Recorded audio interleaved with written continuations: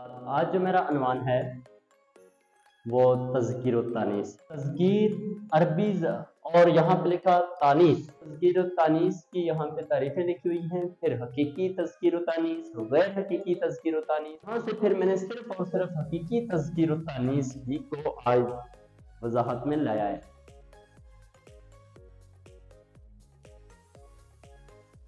السلام علیکم ورحمۃ اللہ وبرکاتہ.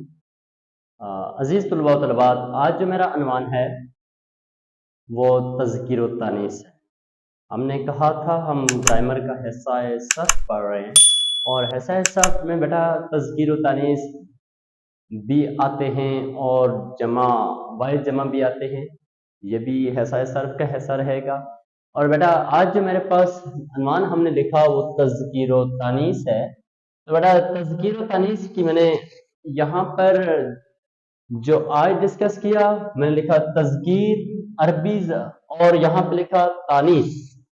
تو بیٹا یہاں پر آپ نے اس طرح دیکھنا ہے کہ میں تذکیر و تانیث کی یہاں پہ تعریفیں لکھی ہوئی ہیں، پھر حقیقی تذکیر و تانیث، غیر حقیقی تذکیر و تانیث. بیٹا یہاں سے پھر میں نے صرف اور صرف حقیقی تذکیر و تانیث ہی کو آج وضاحت میں لایا ہے. چونکہ غیر حقیقی تذکیر و تانیث کے ساتھ اگر دونوں کو لے کے چلتا تو لیکچر بہت لمبا ہو جاتا. تاہم میں آتا ہوں اپنے عنوان کی طرف. تذکیر عربی زبان کا لفظ ہے اور جس کے معنی ہے میں نے لکھا بیٹا نر یا مذکر. اور بیٹا نر یا مذکر تذکیر کے لیے بولے جاتے ہیں. اور اس میں نے کہا جیسا کہ اس کی میں نے چھوٹی سی ایگزامپل دی، مثال دی، لڑکا، بلہ، گھوڑا. پھر بیٹا میں نے کہا تانیث. تو تانیث کو میں لے کے چلا عربی زبان کا لفظ ہے جس کے معنی جس کو ہم بطور مادہ بھی کہہ سکتے ہیں اور مؤنث بھی کہہ سکتے ہیں، جیسا کہ ہم یہاں پہ لے آئیں لڑکی، بلی، گھوڑی، عورت وغیرہ وغیرہ. اچھا بچوں، اب یاد رکھیے گا تذکیر و تانیث کی دو خاص اقسام ہیں. ہم اس میں حقیقی تذکیر و تانیث اور غیر حقیقی تذکیر و تانیث کو لے کے چلتے ہیں. میں نے یہاں پہ لکھا حقیقی تذکیر و تانیث. بڑا دیکھنا یہ ہے حقیقی تذکیر و تانیث وہ مونس مذکر جو جاندار ہوتے ہیں، یعنی کہ جو زندہ ہیں، جاندار ہیں، وہ حقیقی تذکیر و تانیث کہلائیں گے. اور غیر حقیقی تذکیر و تانیث کی میں نے یہاں پر تعریف لکھی. غیر حقیقی تذکیر و تانیث وہ مونس مذکر ہیں جو بے جان ہوں. بیٹا اب یہاں پر میں دیکھتا ہوں حقیقی میں میرے پاس فار ایگزامپل میں نے کہا حقیقی تذکیر و تانیث جاندار ہوتے ہیں. میں نے یہاں پہ لکھا مرد، عورت، بچہ، بچی، کتا، کتیا، مرغا، مرغی، یہ سارے جاندار ہیں. تو یہ حقیقی تذکیر و تانیث میں آگے جاندار چیزوں میں شامل ہو گئے. اور یہاں پر میں نے لکھا غیر حقیقی تذکیر و تانیث. تو غیر حقیقی تذکیر و تانیث میں بیٹا میں نے لکھا بے جان چیزیں ہوتی ہیں. تو بے جان چیزوں میں نے کہا کتاب، کرسی، قلم، جوتا، مارکر، گھڑی. اور اس کے ساتھ ساتھ ہم نے ایبسٹریکٹ ناؤن جو ہوتے ہیں ان کو بھی غیر حقیقی تذکیر و تانیث میں لانا ہوتا ہے. جیسے کہ غیر معروف کریکٹر، ان کو بھی ہم کس میں لاتے ہیں؟ غیر حقیقی تذکیر و تانیث میں. انشاءاللہ آگے کہیں میرا لیکچر اس حوالے سے پڑے گا. بالخصوص مطابقت کے اصول میں جا کے یہ چیزیں زیادہ بحث کی جا سکتی ہے. بیٹا اب ہم نے حقیقی اور غیر حقیقی تذکیر و تانیث یقیناً آپ نے نوٹ کیے ہوں گے. آگے میرے پاس میں یہیں سے اس موضوع کو لے کے آگے بڑھوں گا، چونکہ اس کو ساتھ اگر کریں تو لیکچر لمبا ہو جائے گا. تو ہم نے لکھا حقیقی تذکیر و تانیث کو بدلنے کے چند اصول. یعنی کہ ہمارے پاس مذکر ہوتے ہیں، اگر ہم مذکر کو ہم مؤنث میں بدلتے ہیں تو چند میں نے 5-6 اصول میجر یہاں پہ لکھے ہوئے اور ان کو ہم دیکھ لیتے ہیں. میں نے کہا بیٹا یہاں پر نمبر 1 لکھا. نمبر 1 پر ہم نے یہ لکھا چند اسماء مذکر کے آخر سے الف کو ہٹا دیا جائے. یعنی کہ الف کو ہٹا کر یا گول ہاں کو ہم ہٹا کر تو گول یا چھوٹی یا جب ڈالتے ہیں تو یہ مونس بن جاتی ہے. جیسا کہ میں نے لکھا یہاں پر نواسا. بیٹا یہاں پر دیکھیں ہاں آتا ہے اور اس کو ہم نے یا میں بدلا، نواسی بن گئی. فار ایگزامپل میرے پاس ہے لفظ راجا. تو راجا کا جیم الف جا ہے تو راجی چھوٹی یا. ہم یہ کر سکتے ہیں الف اور گول ہا کو کبھی کبھار بدل کر چھوٹی یا لگاتے ہیں اور ان میں مونس بن جاتے ہیں، جس طرح راجا سے راجی، نواسا گول ہا، یہ دیکھو یہ ہا ہے ہاتھی والا، تو یہ بن گیا نواسی، چھوٹی یا اس کے آخر میں آ گئی۔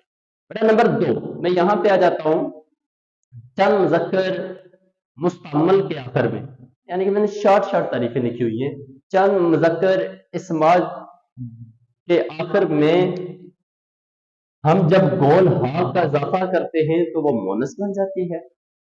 کیسے؟ فار ایگزامپل میرے پاس، اور یہاں پہ یاد رکھنا گول ہا، گول تا یا یوں سادہ تے ہم اس کو پڑھتے ہیں۔ تے عربی میں یہ لفظ بیٹا الف با تا تھا پڑھے جاتے ہیں، اور اردو میں الف بے تے سے پڑھے جاتے ہیں، اور یہاں پر ہم گولتے یا گولہا یا تے لکھتے ہیں تو یہ مذکر سے مونس کی جانب بن جاتے ہیں یا مذکر سے مونس بن جاتے ہیں، جیسا کہ میں نے لکھا طیب، طیبہ، نام بدل گیا، شاعر، شاعرہ، طلبہ، طلبات۔ بیٹا تا لگانے سے بھی کبھی کبھار مذکر کو مونس میں بدل دیا جاتا ہے، جیسا کہ طلبہ، طلبات، تا مونس بدل گیا۔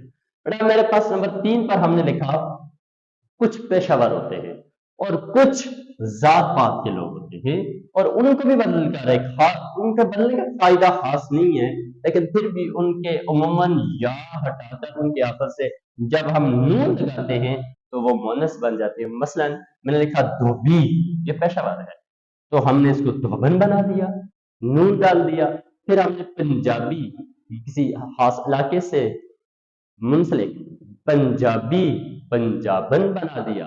اور بیٹا ہم نے پھر کیا کبھی کبھار ہم نیکسٹ ہمارا جو آ رہا ہے بیٹا نمبر 4 پر، اس میں ہم یہ کہتے ہیں کہ کچھ اسماء کے آگے یا چھوٹی نون چھوٹی نی لگانے سے اور کچھ اسماء کے آگے یا الف یا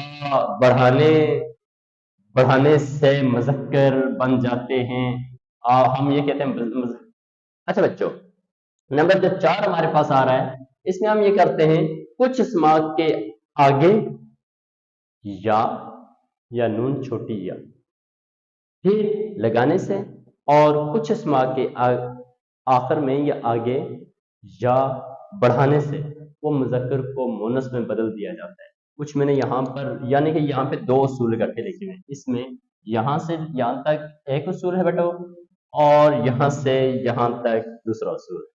تو میں نے یہاں پر دیکھیں یا نون چھوٹی یا کبوتر سے یا لگایا تو یہاں پر کبوتری بنا دیا۔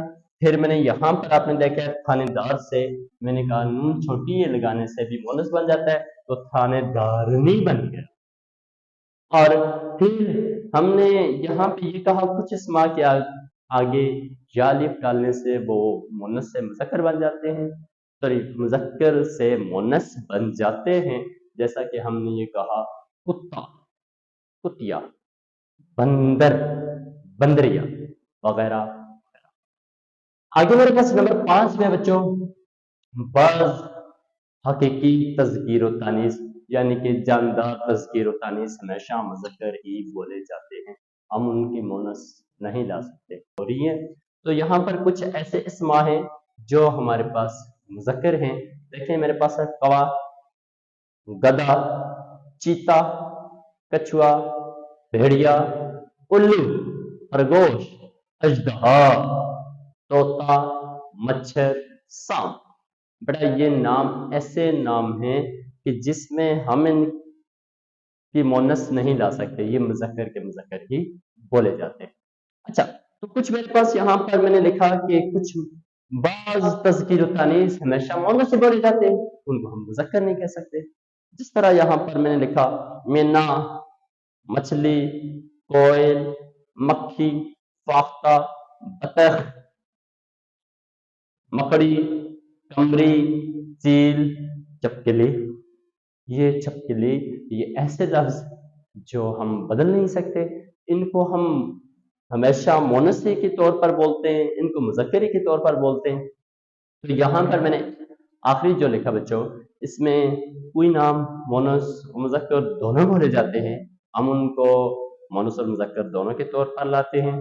مثلا یہاں پر ایک نام میرے پاس ہے بلبل کا، تو بلبل کو اکثر شعراء نے بڑے بڑے مزے مزے کے لطیفے ہیں، بلبل کے لیکچر لمبا ہو جائے گا ہے، تو بلبل کے حوالے سے کوئی مونس اور کوئی مذکر، تو یہاں پر میں نے ایک شعر لکھا، گل گل چینک کا کھلا بلبل ناشاد نہ کر، تو گرفتار ہوئی، تو گرفتار ہوئی اپنی صدا کے باعث۔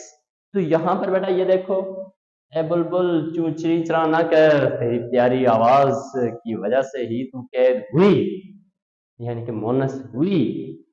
پھر آگے مذکر لایا ہوا ہے، بلبل چہک رہا تھا، بلبل چہک رہا تھا ریاض رسول میں۔ بیٹا یہ لفظ چہک، چا کے اوپر زبر، آ کے اوپر زبر اور پڑھا جائے گا، جس طرح لفظ مہک نہیں ہوتا، مہک ہوتا ہے، میم کے اوپر زبر، ہا کے اوپر زبر اور چھوٹا قاف کی پڑھا جائے گا۔ بلبل چہک رہا تھا ریاض رسول میں، تو یہاں رہا تھا، بیٹا یہ دیکھیں یہاں پر یہ مذکر کے طور پر استعمال ہے۔ تو بیٹا یاد رکھنا، ہمارے پاس جو حقیقی تذکیر و تانیث ہیں یہ بہت آسان ہوتے ہیں، ان کا اتنا مسئلہ نہیں ہوتا۔ رہ گئے ہمارے پاس غیر حقیقی تذکیر و تانیث، انشاءاللہ جو ہمارا اگلا لیکچر ہوگا وہ غیر حقیقی تذکیر و تانیث کا ہوگا۔ یہ اچھا بلا بہترین قسم کا لیکچر ہوتا ہے۔ حقیقی میں تھوڑی آسان باتیں ہوتی ہیں، غیر حقیقی میں خاصی چیزیں ہوتی ہیں، زیادہ چیزیں ہوتی ہیں، اور لیکچر بھی اچھا ہوتا ہے۔ اوکے، انشاءاللہ ملتے ہیں چھوٹے سے بریک کے بعد۔